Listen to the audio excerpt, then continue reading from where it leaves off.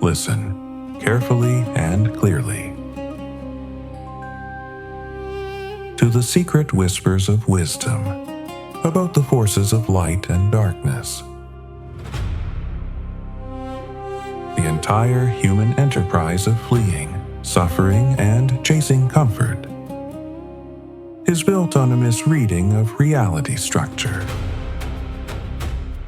Light the symbol of good, and darkness the emblems of evil, the devil. This single notion has exploited the ignorance and built fear of the darkness. The darkness you have been fleeing, the one that rises in the sleepless hours, that pools beneath your best intentions, that follows you even into the brightest rooms of your life. That darkness is not your enemy. It never was. It is but the other half of which you were made from. It is the very substance of which, when you finally stop running from, will hand you everything you are searching for in the light. Luckily and sadly, your problem is not the darkness. Your problem is that you have declared war on the darkness, and you are exhausting yourself by fighting your own substance. Darkness and light are both of one nature, different only in seeming, for each rose from one source. This is the highest order of truth, and it changes everything it touches. I form the light and darkness. I form peace and create calamity. I, the Lord, do all these things. Isaiah 45, verse 7. The God who made the morning star also authored the midnight. Peace and calamity arises from the same hand, the same source, the same singular will. For if you believe in a God of light, you must also believe in a God who owns the dark, who built it into the structure of things on purpose, with intention, for reasons that go far deeper than your comfort. What is the dark? What if the darkness is not a flaw in the design, but a necessary dimension of it? What if the soul, like a seed, literally cannot unfold without it? You cannot outrun the darkness of your shadow, ask Nero, who burned the city trying to escape himself, and found only more of himself in the ashes. The shadow does not chase you. It is you moving at exactly your speed. Turning when you turn, stopping when you stop. You cannot outrun what you are made of. The darkness you are fleeing is not other than you. It rose from the same source you rose from. It is unlit, not evil. Unexamined, not damned. Only by knowing can you overcome it. Only by wisdom can you hope to be free.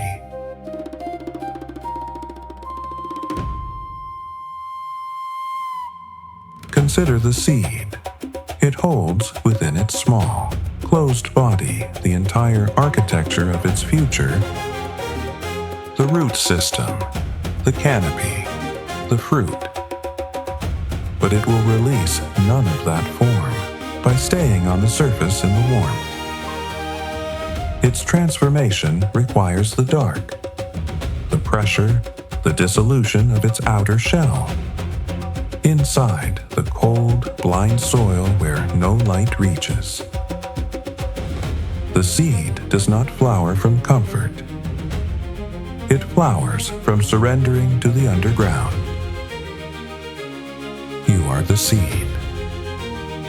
The darkness pressing against you is not your grave. It is the very process of your becoming. The light found in the comfortable and the illuminated territory is the light you have. There is nothing wrong with it, only its inability to transform you further. The light that transforms. That light is hidden, and it lives specifically inside the darkness. A place of gold, yet in the shadow. The tremendous vitality, creativity, and wholeness, locked inside that very aspects of yourself that you have been most ashamed to examine. Your grief carries power in it. Your rage carries direction. Your longing carries vision. For none of these things disappears to those who denies them. They simply go underground and run you from there, more powerful for being unnamed. But here's what the text does not say clearly enough. So I will say it for you. Entering the darkness alone is not enough. Many people have entered the dark through suffering, through loss, through depression, through the kind of existential collapse that strips every pretense away, and found nothing there but more darkness, because they have lost the ability to regenerate the flame of light within them. The flame required is not the light of intellect, though intellect has its place. It is not the fire of willpower. The will has its role. What is required is the flame of the soul, that irreducible, luminous core of awareness that exists beneath all your orbiting thoughts and fears and performances. The still witness, the unmoved mover, the star at the center of your inner solar system has been burning since before you knew you were alive. That flame, that specific flame, brought deliberately and courageously, comes into contact with the personal darkness. The hidden wisdom inside the dark ignites. Alchemists knew this. Today, we share the light of this secret. It's called the transformation of prima materia, that raw, dark, chaotic substance of the unexamined self fit into gold through the application of the right kind of fire.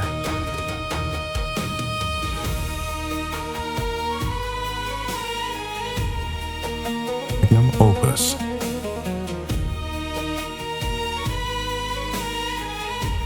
Prima materia is your unexamined darkness, and philosophical fire is your soul's own awareness. Both the alchemist, the material being transformed.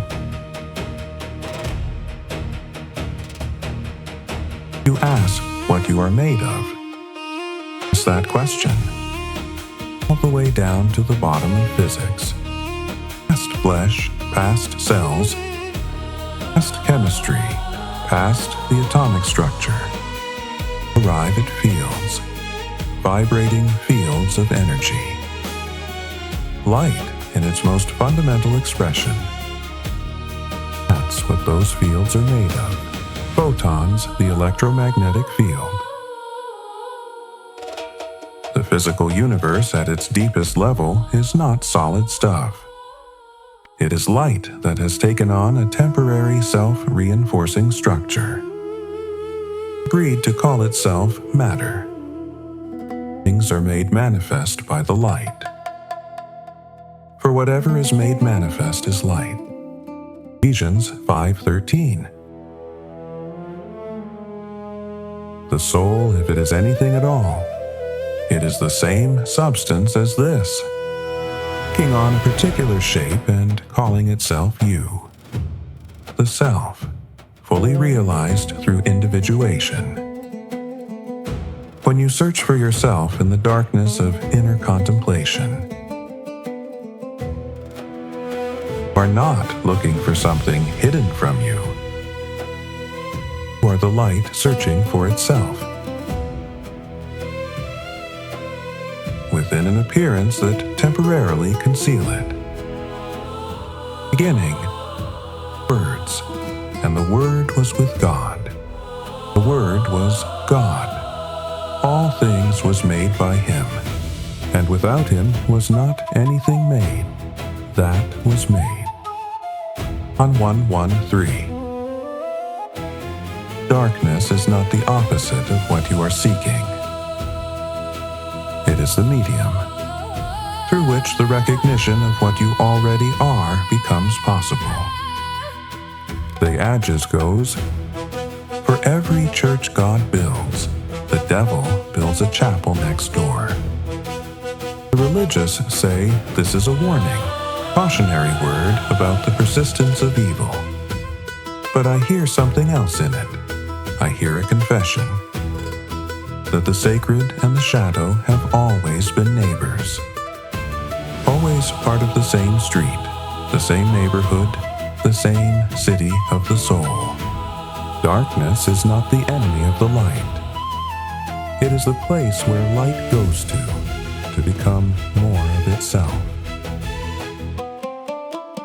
Seek then. See in the veil of darkness somewhere within it. Past the fear, past the guilt and shame, past the old wound you have been circling, and you will surely find light. A light that was yours all along. A light that the comfortable familiar rooms of your life could never have given you. Because that particular light is only born in the dash and the dark. Go under, bring your flame, find the gold. Darkness and light are both of one nature, different only in seeming for each rose from the same source. Wisdom is hidden in the darkness. When lit by the flame of the soul, find the wisdom and be light-born.